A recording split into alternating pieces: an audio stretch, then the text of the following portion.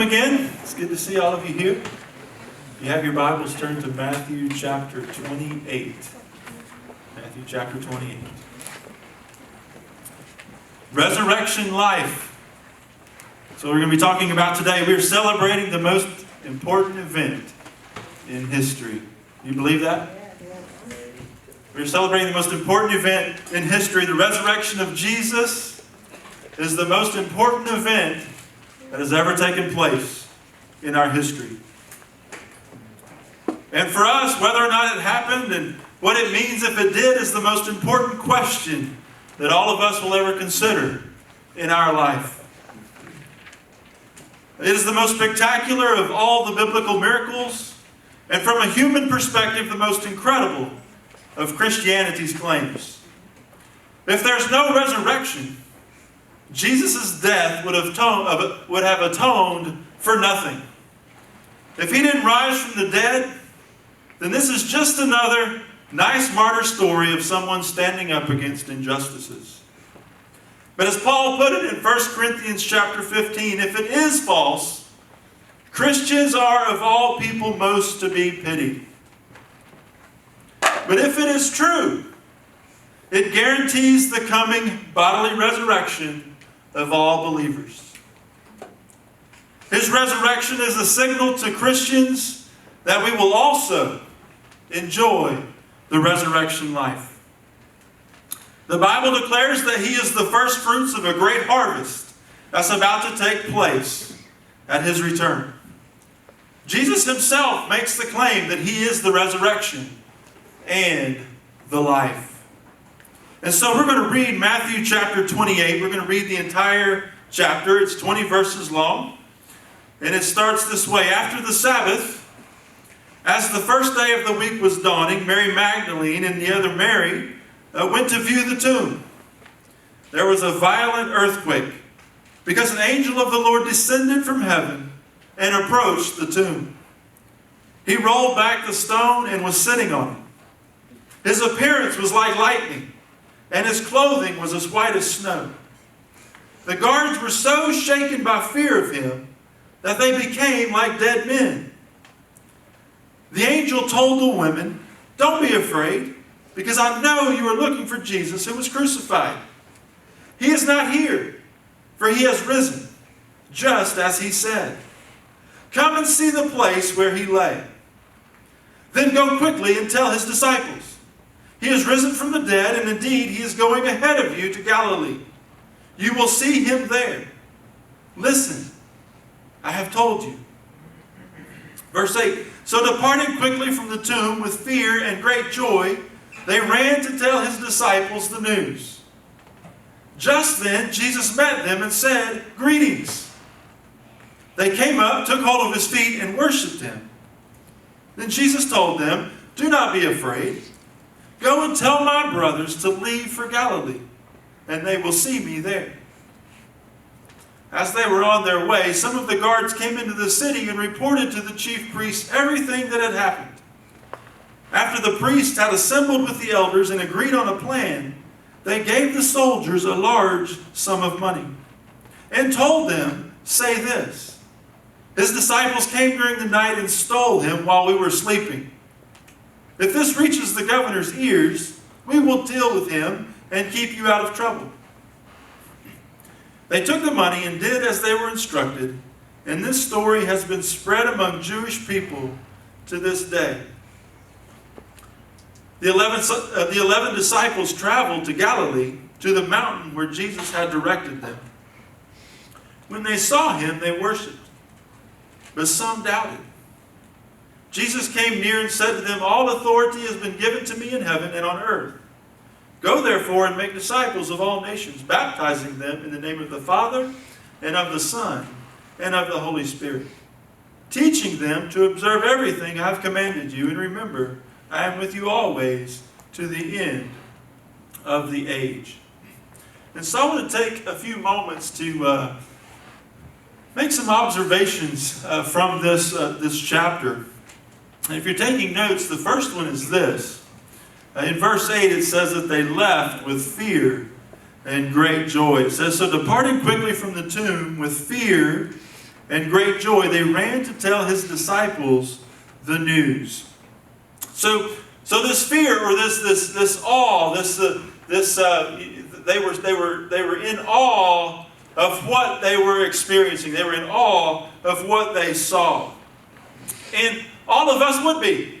If you were there, if I were there, all of us would be in awe of what we were seeing, of what we were experiencing.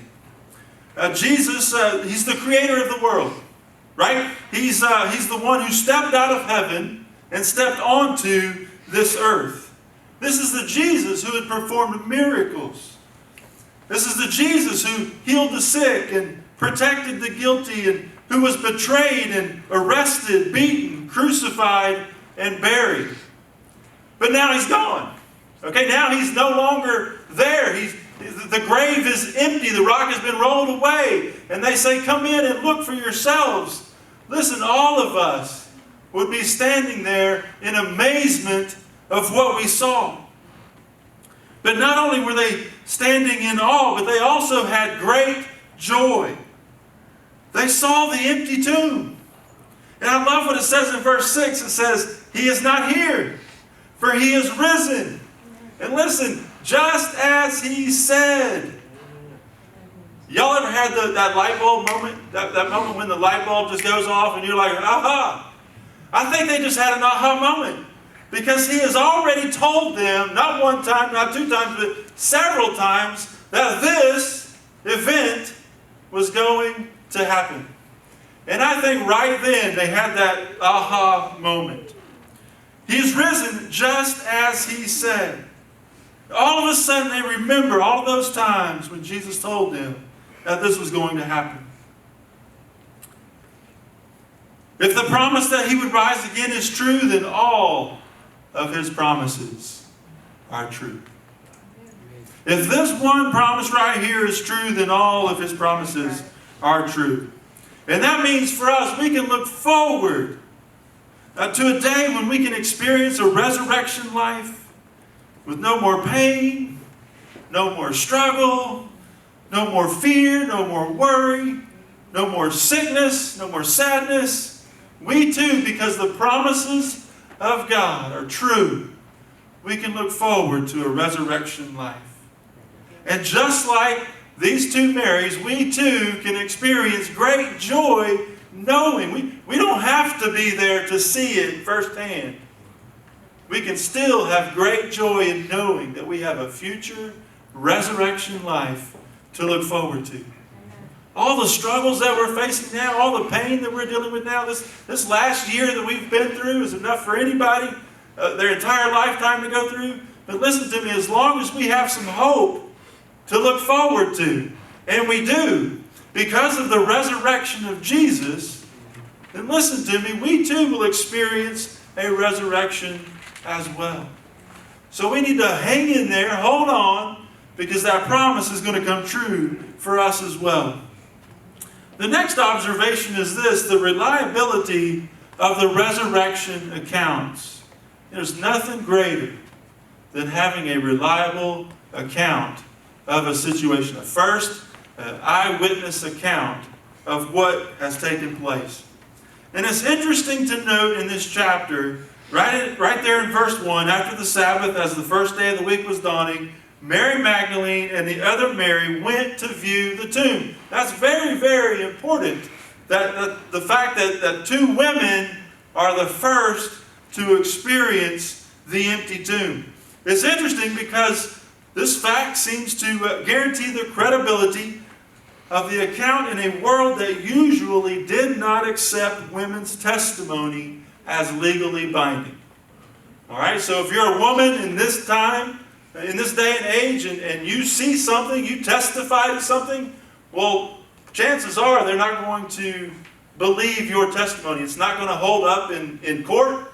It's not going to hold up as you're trying to tell somebody, hey, what's going on in the story.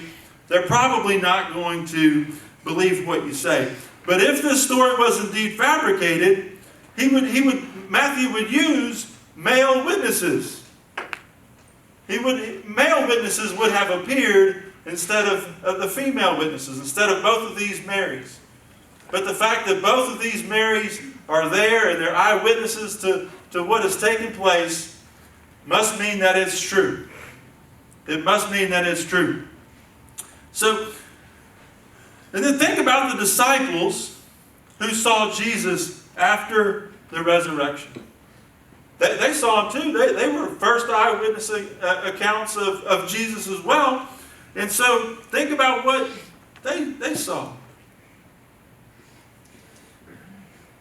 Every one of them, from that point on, went on to testify of what they saw, of what they heard.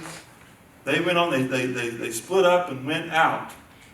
As we're about to find out, Jesus commanded them to do. They went out. Different nations, different languages, different people, to go out there and to testify what they saw with their very own eyes. Now, if it were a lie, would you do that? Knowing that you were putting your life on the line to go out there and testify to something? If it were a lie, you're probably not going to do that. But they couldn't help but speak of what they saw and what they heard with their very own eyes. And if this isn't enough for you, 1 Corinthians 15, 5 through 8 tells us that Jesus appeared to hundreds of believers after he raised from the dead. So hundreds of people have an eyewitness account of what has taken place of the resurrection of Jesus Christ. And if he's going to show himself to that many people, I would say it's a pretty credible event. If that many people are going to be able to testify to what they have seen and heard, chances are it's true. Chances are it's true. So we have the reliability of credible witnesses. The next observation is this: let's talk about these soldiers for just a second. The soldiers, they were bribed to lie. And just like in the Garden of Eden, the enemy never gives up an opportunity to show up. He's always there. He's always there. Verse 13, it says this, having the conversation here between the soldiers and the chief priests, and they told the soldiers to say this: his disciples came during the night and stole him while we were sleeping. So that's what they are telling these soldiers to say as to what happened. And isn't it like the enemy always to lie about something that's happened, to twist the truth, or to take what's actually happened and turn it into something else? We see that all the time, and it's no different right here. He says the enemy, he never passes on a good opportunity. In fact, you remember when he told Adam and Eve, you will not surely die, right? You're not surely going to die if you eat of this fruit. And so now he's telling these soldiers, hey, the disciples came in the middle of the night while we were sleeping, and they stole Jesus from the tomb. And unfortunately, lies like that work. They work. So many people today believe that there was no resurrection and that Jesus is not the only way to heaven. Millions of people deny the resurrection, deny that Jesus is the way, the truth, and the life. They deny that he is the resurrection. They deny that it ever even took place. And they're out there believing every lie of the enemy, that you can get to heaven in multiple ways. You can worship multiple gods or any god you want to, and at the end of your life, you're going to find yourself in paradise. That's what they preach, and that's what they teach. And so you can always find reasons to disbelieve if you want to disbelieve. You can always find reasons. There's a million reasons out there. If you want to disbelieve something, you can disbelieve it. There's always something out there that you will find to hold on to and to cling to. The enemy is good at lying to us. There's a lot of things, there's a lot of voices out there that cause this disbelief in us. And I would say that the enemy has succeeded in good becoming evil and evil becoming good, and Christians to be these judgmental haters, and the Bible to be considered hate speech. That's what we're up against these days. Because that's the lie that the enemy is preaching to people, and they're believing it. And can I just make a bold statement? Some believers are believing it. We are so stinking scared and afraid to stand up for the truth because we think we're preaching hate, or we think that we're judging people. And the truth is that we need to be standing up for those things. And we need to set our feet in the ground and stop being pushed around by these lies that the enemy is preaching. Here's one: there's no absolute truth. That's a lie. There is absolute truth.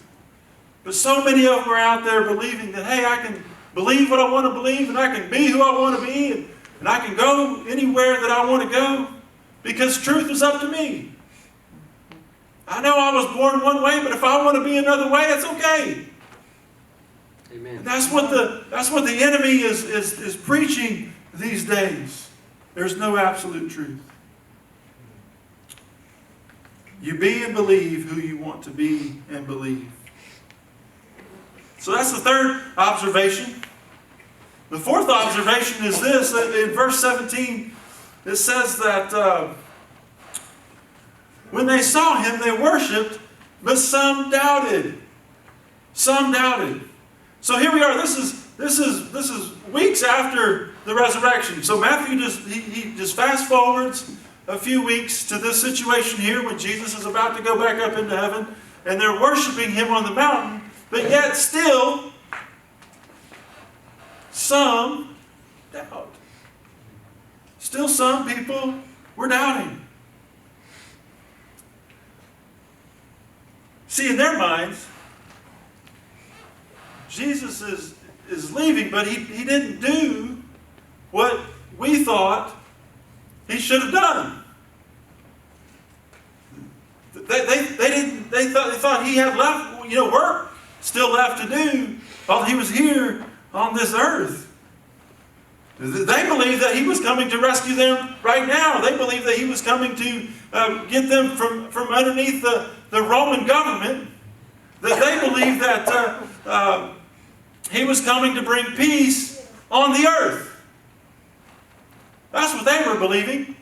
And so when he's going back up to heaven, they're doubting. They're doubting that this really is the king or the Messiah that they've been looking for, because he hasn't done what they thought he should have been doing. You see, he came to advance a different kingdom. Not a kingdom on earth, but a kingdom in heaven. And that's what he came to do, but they thought he was coming to rescue them on the earth. But in a way, I'm kind of glad it's there, because it's a little bit comforting to me. It may be a little bit comforting to you, because maybe you find yourself in seasons of life where you're doubting. You know the truth. You know that Jesus is the resurrection. You know he's the way, the truth, and the life. And you know that the only way to heaven is through him. But yet in this life, sometimes we find ourselves doubting things like, why does a loving God allow suffering in the world? Or why does this God that I put my hope and my trust in and believe in, why does he allow me to go through such pain and heartache and turmoil in my life? And so we know exactly what they're going through. Jesus, you're supposed to love me. You're supposed to be there for me. You're supposed to give me and protect me and help me. And yet, I'm going through such difficult season in my life. So what it does is it leaves us with a decision to make. See, doubt always leaves you with a decision that you have to make. You can allow your doubt to go backwards, to spiral. You may be familiar with the term backsliding or backsliding, or you use that as an opportunity to pull away from God, to pull away from everything that you believe in, everything that you've been taught, everything that you believed who God was. Or you can use the doubt to be an opportunity to move forward toward God. And listen to me, doubt can be a vehicle that brings you closer. Because instead of pulling away from God, now you're moving forward to God, trying to figure out what is He doing, why is He doing it, what's going on, what do I need to learn, what do I need to do, what is it that I can do to get through this period, this doubting period in my life. Listen, God will never chastise you for doubting. But what He will do, if you begin to pull away from Him because of that doubt, then you might begin to experience some things in your life that hopefully will bring you back closer to Him. But if you're going to doubt, use that as an opportunity to spend time with God, figure out what's going on. What is Jesus, why did you really resurrect from the dead? Oh, it wasn't to set up a kingdom here on the earth. Okay. We're setting up a kingdom in heaven. Okay. I can do that. I can work with that. But if I pull back from that, I may never learn that. I may never know what God's purpose is in the situation. And so use your doubt as an opportunity to move closer to Him. Listen, He'll always reveal His plans and His purpose for your life if you'll come toward Him and seek Him and ask Him. So finally, the final observation here that we can see in this chapter is this. Hey, there's still work to be done. Amen. The resurrection's not the end. You know, some of us, it'd be nice if it was, but it's not. I mean, he continues to give instruction to His disciples, telling us that, hey, there's still work to be done. There's still more people to go out there and reach. Verse 19 and 20 say this, and say, "Go therefore and make disciples of all nations, baptizing them in the name of the Father and of the Son and of the Holy Spirit, teaching them to observe everything I have commanded you. And remember, I am with you always to the end of the age." Now that's comforting. He is with us till the end of the age. Listen, there are so many people in the world who have not heard the gospel. Still. Amen. Still. And we have the only message. We have the only message. I hope you believe that. We have the only message who can save people from their sins. We have the only message. Amen. No other religion can boast that. We have the only message who can save people from their sins, who can give them a new life, who can give them hope beyond the grave. Listen, every other religion, when they die, they die. But we are the only ones that have the hope of a resurrection life after this life is over. Let me put it to you this way. If we had the cure for cancer, wouldn't we do whatever we had to do to get that cure out there to the people who need it? We would, wouldn't we? We would spare no expense. We would spare no distance. We would spare nothing to get that cure out there to the people who need it. Well, you know what? We may not have the cure for cancer, but we have the cure for something else. Amen. We have the cure for death. We have the cure for eternal, forever death. We have the cure for that.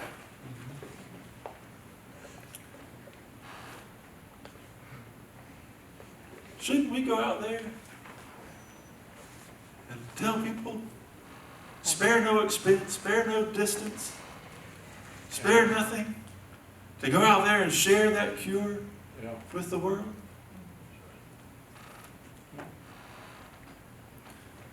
It's the resurrection life of Jesus that everyone can experience. Everyone can experience the resurrection life of Jesus. So those are some observations from the chapter.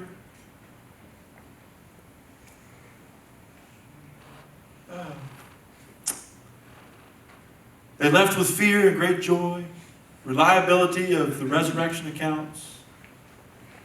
The soldiers were bribed to lie. Some doubted, and there's still work to be done. All of that in the resurrection story of Jesus Christ. That's a lot. A lot took place. But keep the main thing, is that Jesus is alive. He's alive and well. He's living in us, and He has commanded us to go. And that's keeping it simple. We have the cure. Let's go, and let's tell people about Him. So the question is, how are you going to respond? How are you going to respond to this message? Do you believe? Do you believe in this resurrection Jesus? A resurrected Jesus? And if so, how will you accomplish the work that is still left to do? I think we all believe that we don't have much time left. So how are we going to go out there and make disciples of all nations? How are we going to tell the world about Jesus?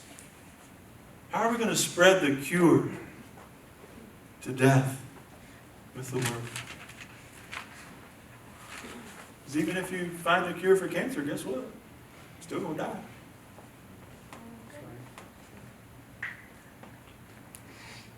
But if you find the cure for life, you never die. You never die.